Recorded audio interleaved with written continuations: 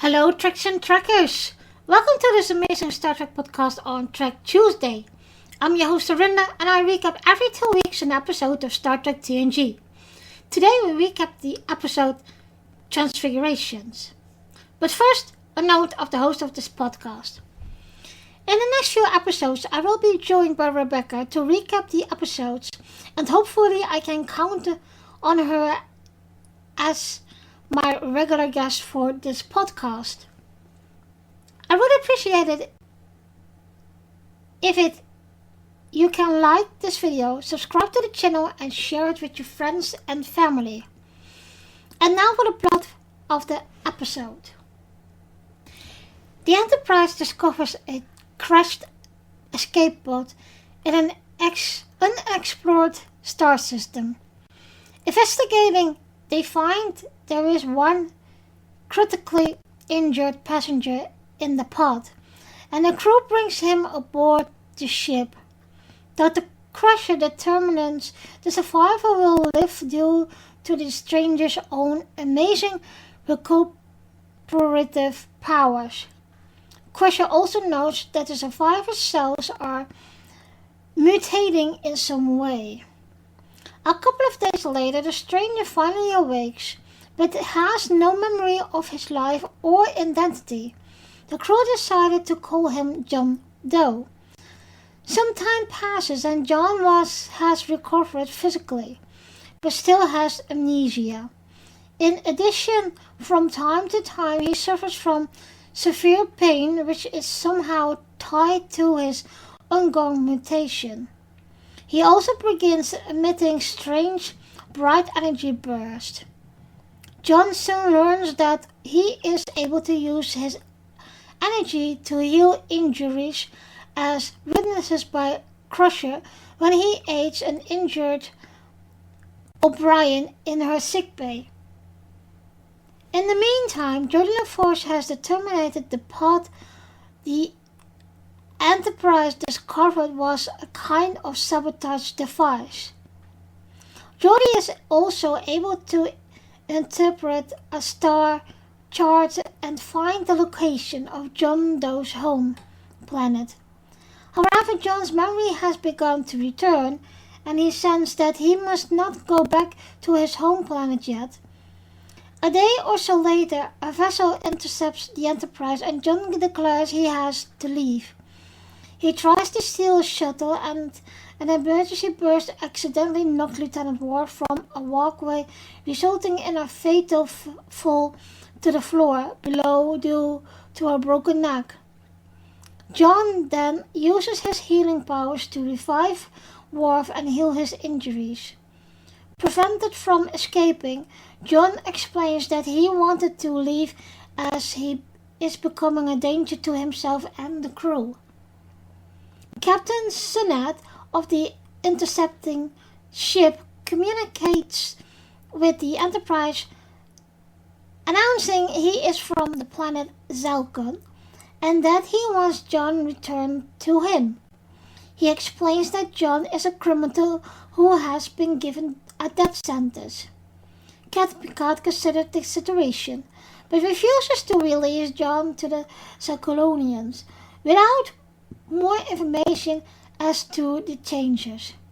He contacts the other ship and mentions John's strange powers, which alarms Captain Sunat.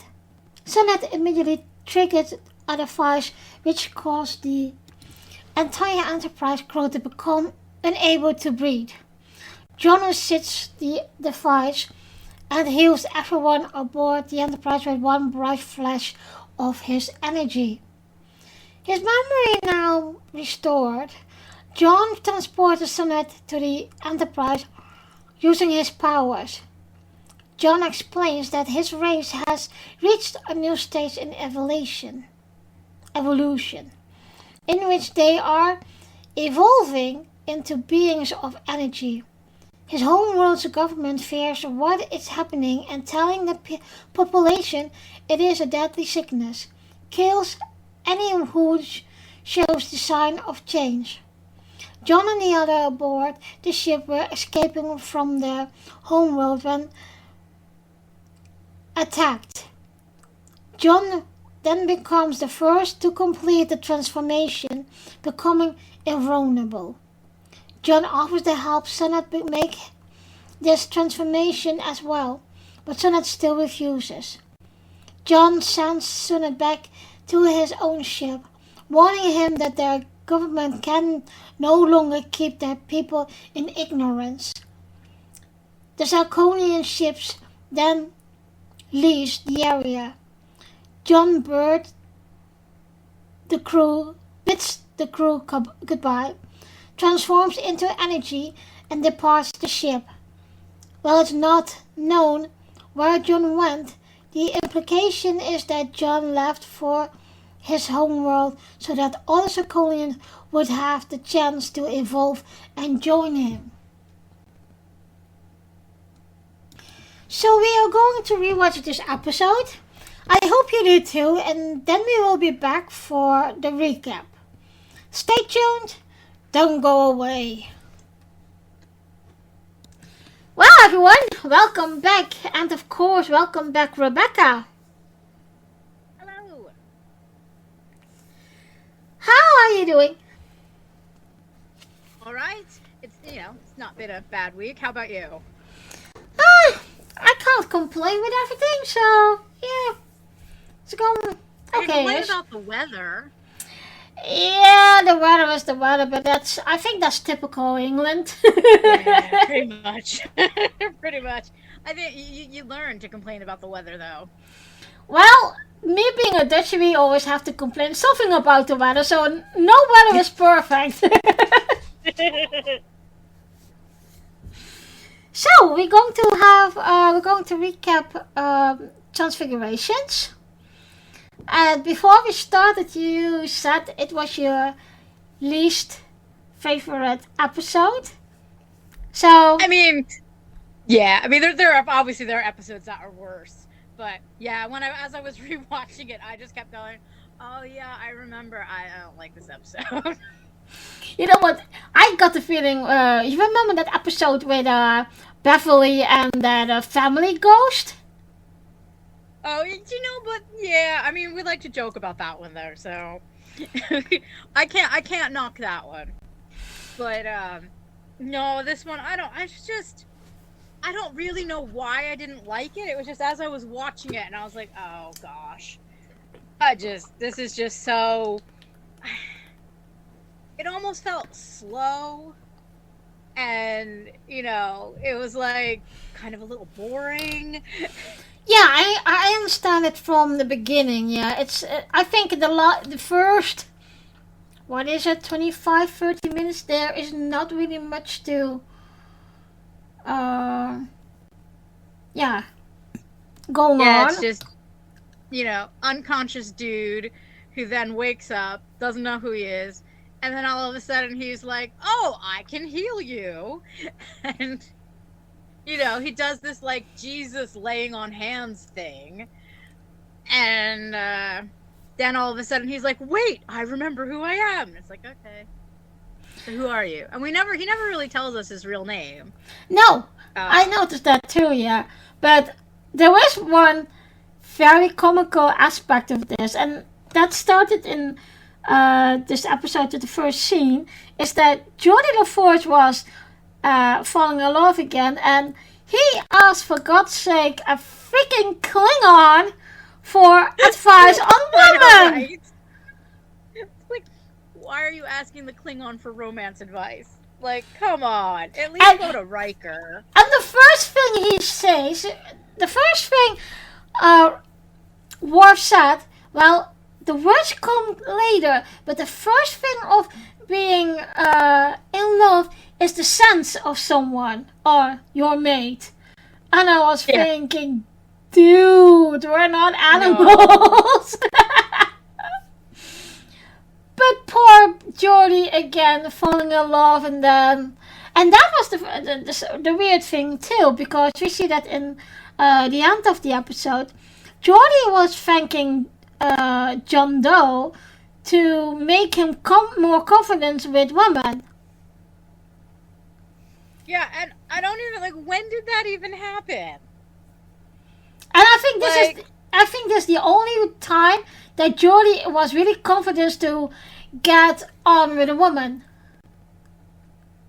Yeah, I just don't, because there's a lot, I feel like we don't, like, when did you, other than when Crusher attacked him too, and with his head, put that sticker thing on his head to give him, I don't even know what he was doing,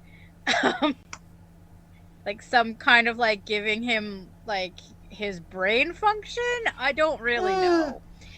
And then all of a sudden, so they did that, and then all of a sudden now Geordie has confidence. Just like, yeah, because there was one of the small energy pulses to get into his, what was it, his visor? That when he had to be stabilized. I thought it was.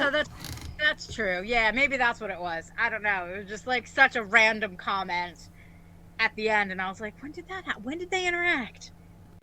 Yeah, that was the only time they interact, and because Geordie had to be a transport berth to beam John Doe and Crusher up immediately to the sick bay. Yeah, it was. I mean, I looked up the script because I couldn't remember. So it was. They hooked their nervous systems together, so that way Geordie's brain could somehow. I mean, it's kind of cool technology. Yeah, but it is weird that Beverly couldn't find anything what's wrong with John Doe. And that his cells were mutating, and what else was it more? So I don't know. I mean, I know when she said like limb refusion, so I guess he lost a limb that we didn't realize about. I don't really know. I don't think it's a limb. I thought it was the cell generating mutation that was in his body, and that was because on the alien species he was the first one who actually could transform to a energy being. Yeah. But that actor is so well known, and I can't remember where he's from. The one who played John Doe. Yeah. I can't remember. I don't remember who he was either. I mean, obviously we could look it up, but and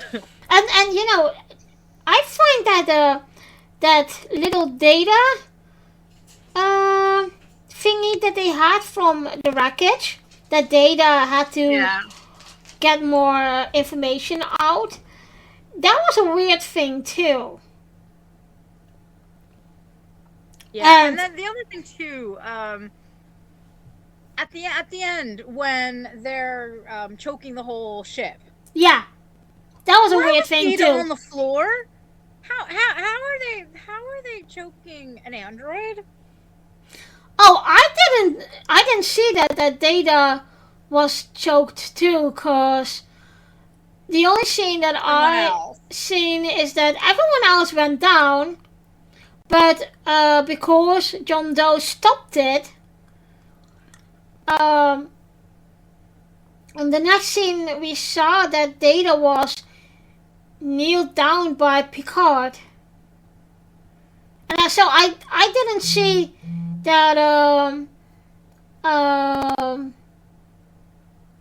Data was down. Yeah, if you look at the end where they show the bridge and Picard gets up from the floor, Riker gets up from the floor, and then there's Data and he's getting up from the floor, and I'm like, why are you on the floor? That's weird.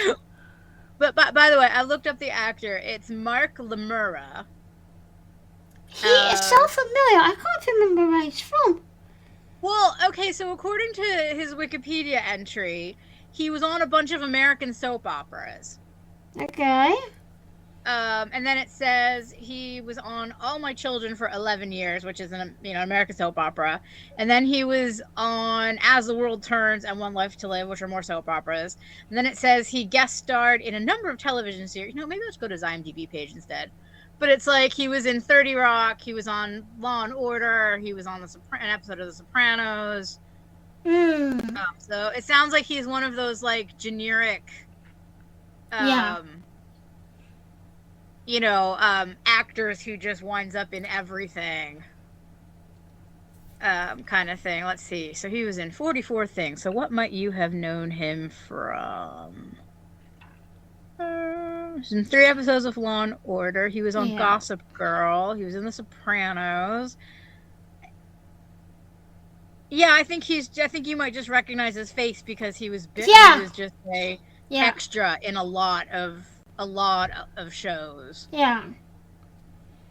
Because nothing on his page really sticks out to me to say like this is where I recognize him from. Other than, as I say, being on soap operas. Yeah. But that was the weird thing was, it took a bit long to he'd been healed completely. I mean, John Doe. Yeah. But in the end of the episode, it was rapid. Yeah. I mean, well, but maybe he just... I don't know. Because if he was evolving, then I guess maybe that's why it was getting faster? Maybe. I don't know. I just, it was almost like at the very end of the episode, I feel like that's where the moral was. Yes. Because here we had his people, the, what are they? The Zalonians? Zaconians? Yeah. Zarkonians, there we go. And they didn't like that he was evolving, and I feel like that was the whole, moral was, the people that are resistant to change and things like that. But it was like took this whole boring episode of this guy. Yeah. I never quite think if they were trying to put a love angle between him and Beverly. Yeah. Because that was a bit weird. And then the conversation that Beverly had with her son. And I just was like, what an awkward conversation. Yes, and he was so relaxed with it. She's like, oh, Mom, do you like this guy? And she was like, no, I can't. He's my patient. And then she's like, well, but. Yeah, indeed. Yeah.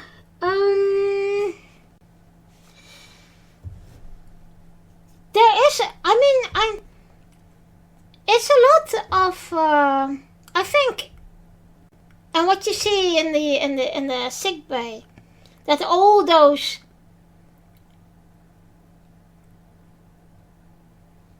medical assistants are really fond of him, and they are charmed by him. Yeah.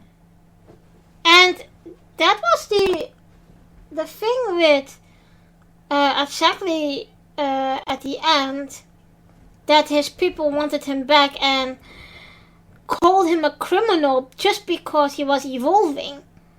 Yeah. That was definitely, as I say, that was kind of sort of the point where you're like, oh, here's the moral story of the episode. Yeah. And indeed, it was maybe a bit boring, but I do think they have to tell some pre-story till they come to the moral story of this episode. Yeah. And then of course we also can't forget that he brought Worf back to life. Yes. Crusher goes, he's got no life sign, she's dead. And then John's just like, hang on. Who needs a sick bay when you've got John around? Yeah, but that's the... I think that is the thing with him, is that's what I said. He had to be kept alive till he could regenerate his own cells, and that they can mutate. And then, like I said, it was kinda rapid healing and energy pulses and whatever else more. And that reminded me of something. The funny thing is, I just rewatched old Deep Space Nine. Yeah. And we see that Worf in the end of Deep Space Nine already becomes a bit softer. And in Picard, we see that he is totally different than the Worf we know. But at that point, that John wanted to escape. Sorry, that got garbled. I didn't catch what you said. At the moment that John Doe wanted to escape and steal a shuttle, Worf was already a bit of, I don't know, it was not the aggressive Klingoness in him. Did you notice that? He was a little bit, because he told him to leave it, to step away. But yeah, I do feel like, because Worf in normal circumstances would have shot first. I don't want to say that he will shock first, but he will stand his ground and be more aggressive than he was now. I found him a bit soft to John Doe. Maybe that was, something that John did to him. Maybe it was part of his, I don't know what to call it. Yeah, maybe because he did something to Geordi as well, of course. And obviously, with Crusher as well, with Beverly, she was softer on him than she is on her patients typically. Mm-hmm. But did you notice that Worf was falling really weird? I did. Actually, I had to go back and watch it a second time because I was like, what on earth is that? Like they just threw like a foam dummy off of the Yes. Yes. It wasn't an actual stuntman, it was just a foam. And yeah, the one thing also what I noticed is that every time John Doe healed something or someone, or like I said with the ship, she always had her tricorder to scan everything what he did. Yeah. And I must say that love thingy what he had with Beverly was some kind of a weird thing too. Yeah, I don't know. I think it may be that whole, she was the first person to help him, so she was drawn to him.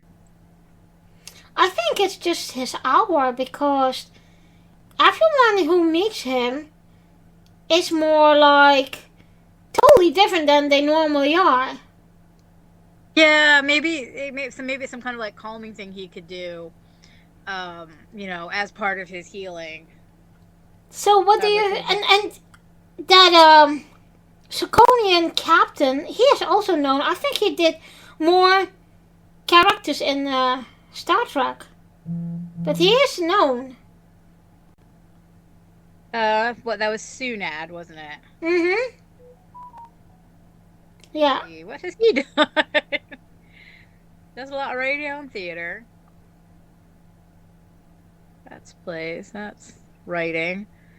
That's in 2004. I don't know. He did a lot of radio stuff. It says on his thing. Let's see, Star Trek. Oh, he was on Enterprise as well. Oh, see, wasn't he in that episode with the one who played Odo? I thought it was him there. He was so... his face was so well known. That's why I thought... Let's see. Yeah, he was on an episode of Enterprise, and the Desert Crossing, Okay. which was season 1, episode 24. Other than that, I don't really. There wasn't any other Trek references, although he's apparently done voices and things like that for video games. For like some Star Wars video games, so. Okay. But yeah, I mean, I didn't really recognize him. But again, that I rarely recognize the like actors that guest on things when someone's like, oh yeah, and he was in this, and I was like, was he?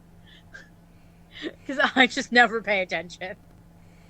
So, how do you think that Picard handled this situation between delivering John Doe to his own people, or just give John Doe asylum? Because obviously, Picard was taking the words of John Doe, as the truth. I mean, I'm not saying it wasn't the truth, but he was taking the words of the person on his ship saying like, oh no, this person is, these people are bad. I'm not going back to them. And then, he's like, nope, we're keeping him. We found him dying. He was dying. And then they won't actually say like what he's been accused of. And I feel like, Picard was trying really hard to like find out what this guy actually did. And then, when he asked Counselor Troy about it, and she's like, yeah. They're scared of him. She was really right in front of them, no, they are not, they are afraid. Normally she is more laid back with her opinion of something or someone. And it was in one way weird that, when was that? I don't know if that was in the beginning. I thought it was in the beginning. That they were on the bridge, and it was, of course, they could all relax, but because they had to map that system, so it was like a routine mission for them. But in one way I had, it would be nice to see more of that, how the crew relaxing. And although I have to come back on the comedy of in this episode, the comedy between Geordi and Worf was just hilarious. And then and I definitely laughed at the beginning when O'Brien came into sick bay and he was like, I've hurt myself. Again? Yeah.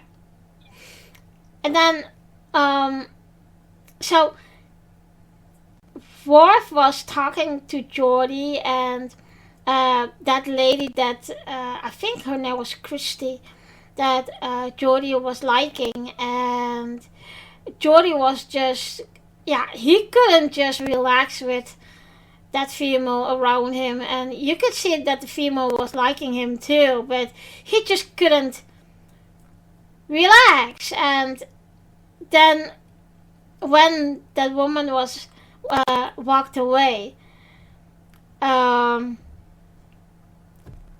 told Geordi, like, dude, I really need to teach you more about women. Yeah, and it's like, no, you don't, Worf. You know nothing. And the right away, what I was thinking, hello, Jadzia. You never, you don't have, you haven't met her yet. But have we met what's her name? The mother of Alexander. Has she been around yet? I can't remember when. Yes. Okay. She was in that episode. I think she did she pass away already? I don't know.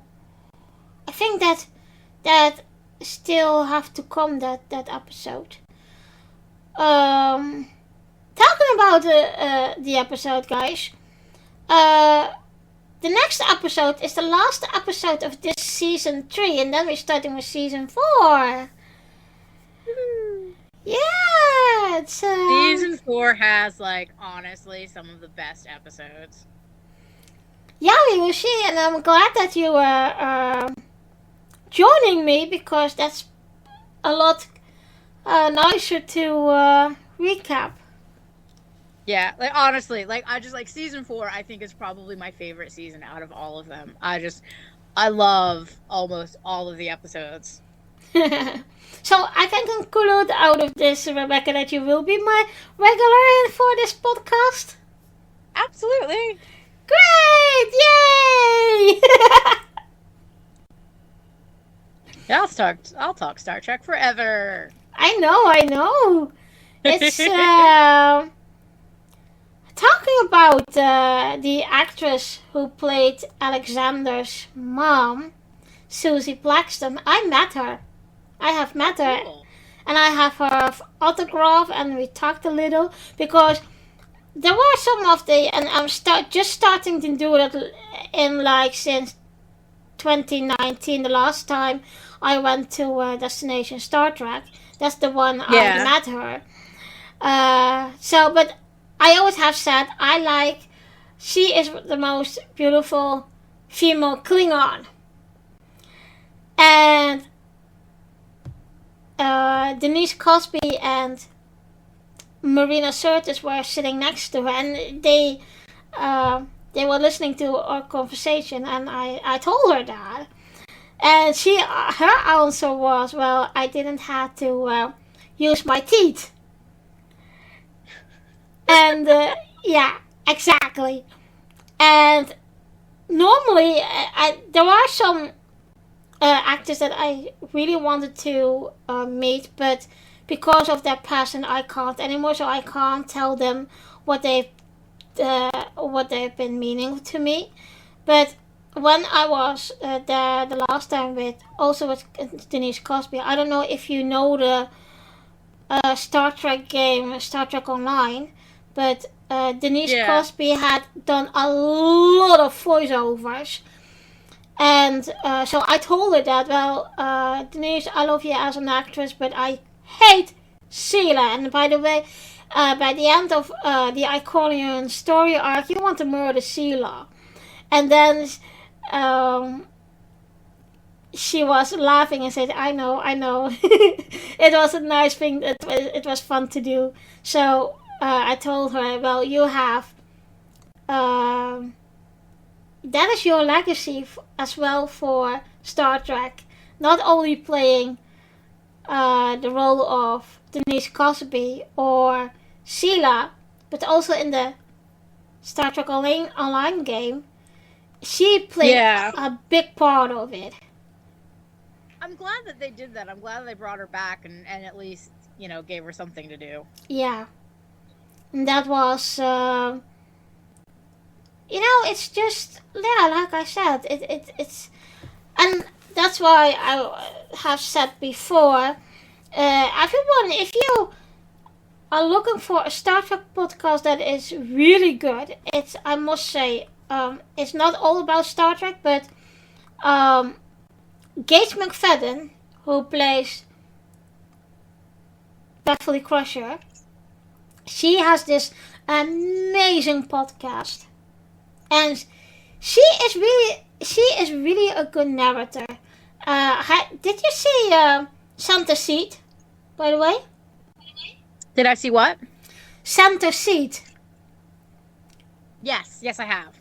She narrowed that too, and Yeah. She is amazing for doing things like that. And well, she if you hear the story of Michael Dorn and Denise Cosby, especially of Denise Cosby, that was really a kind of trigger for me, because I can understand that, what her grandfather did, etc., to her mother and her. So, but I'm glad that she's around. And she's always sympathetic with everyone, and she always has a kind word for you, and it's very she enjoyed the fans. Yeah, I love Gates' podcast. I think I love that she's doing it, and I love that she's, for the most part, she gets to talk to all of her friends. Yeah. I mean, I the only episode that I think I skipped was William Shatner's episode. I skipped that one. I will admit.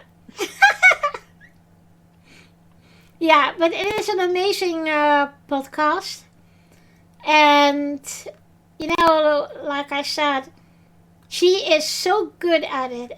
But it is like she do this the whole pre-screening, research what she does. I don't know if she has a big of a team behind her. But she sounds like really professional. Yeah. I mean, I don't know. I mean, obviously she's got a team that handles it, but like I don't know what she has in terms of like her setup for recording. But I would imagine that she probably now has like a full sound booth and whatever in her house. I like the one with Will Wheaton as well. Yeah. That is so... And that's what I always say. The cast was like a big family, but the Star Trek community is also a big family. Yeah. I feel like no matter what part of Star Trek you were involved in, like everyone just becomes close. It doesn't matter which series you were on. They're all... they all embrace each other. Yeah.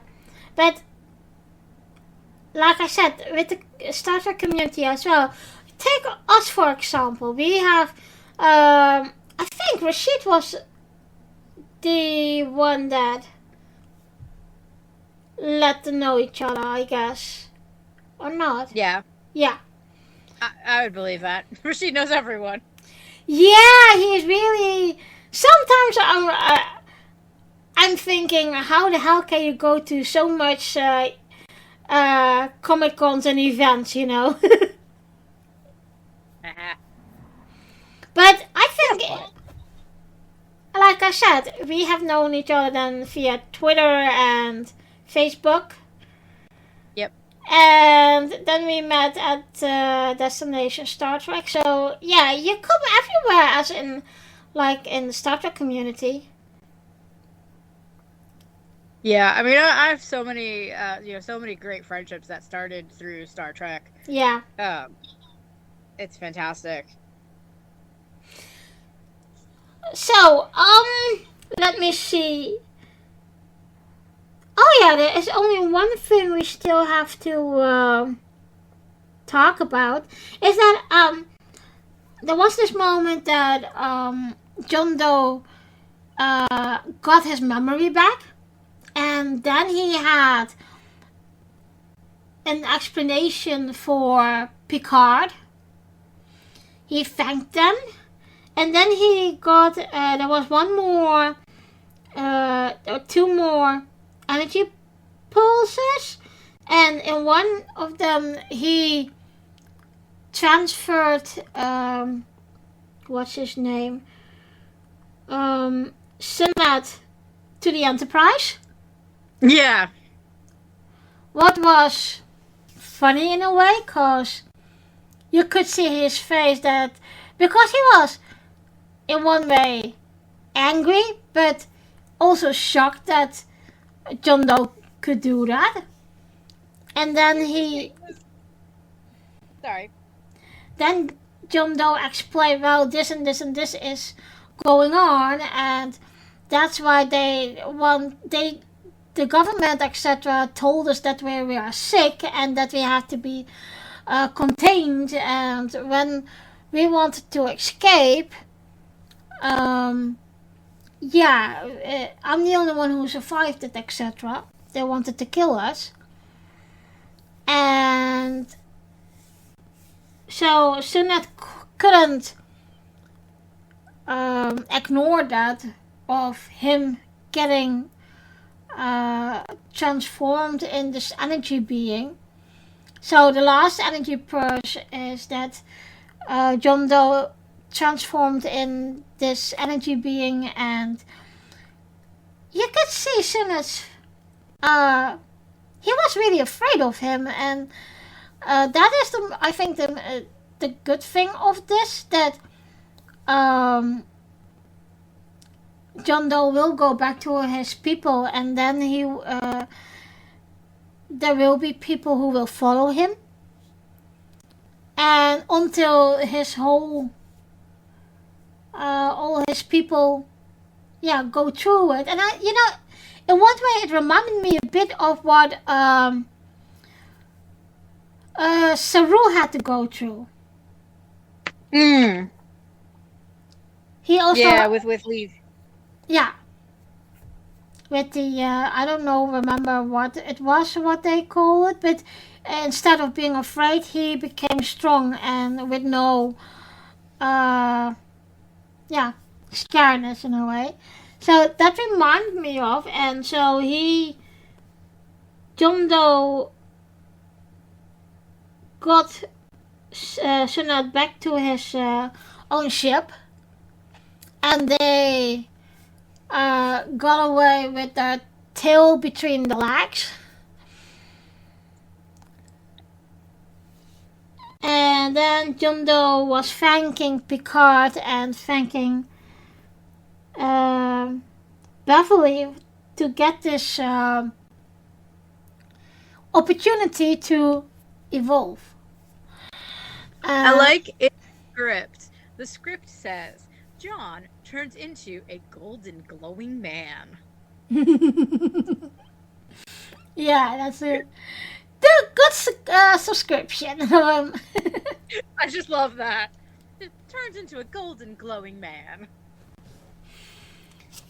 So, that was also the end of the episode, guys. Rebecca, do you still have to add something? No, I don't think so. Only the thing that you don't like it?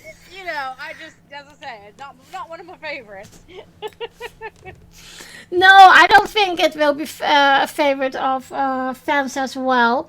If I'm taking a look at the rating on IMDb, it's a 6.9. What would you give it? Not a 6.9. I mean, like a 4 out of 10 maybe. It was definitely below average, in my opinion. Okay, good. Well, guys, why don't you go into a discussion with us on the Facebook group or the YouTube channel and tell us what you like about this episode and what you don't like about this episode. And of course your rating, that's also a good start for this episode. Yeah. Well, Rebecca, thank you very much for joining me again. Thanks for having me. And I'm wishing you a nice holiday next week. Thank you. So you can, have fun. Are you going somewhere? Yeah, we're we're going to Austria. Oh, okay. Nice. Have you been there before, or? Yeah. Well, one of the areas is one of our like favorite areas that we've been to a couple of times, and then the other place that we're going, we've been in that area, but we're going to be doing a couple of things that we haven't done before, so it should be fun. Ah, okay, A okay. lot of train rides, a lot of steam trains, and Good. Well, thank you again, and we talk. Then that will be about 2 weeks. So, yeah, I will see you and talk to you then. sounds great. Thank you guys for listening, and join us in 2 weeks for a new episode recap. In the next episode, we will recap the episode The Best of Both Worlds Part 1. Also the last episode of Season 3. Ghost Talking Track is to listen on Spotify, Google Podcast, Amazon Music, on the Facebook group and the YouTube channel. I want to invite you also to the YouTube channel and Facebook group so we can discuss each episode. And what do you guys think about a live discussion of episodes once in a while? Let me know in the comment section on YouTube or Facebook group. We will see you in 2 weeks. Live long and prosper.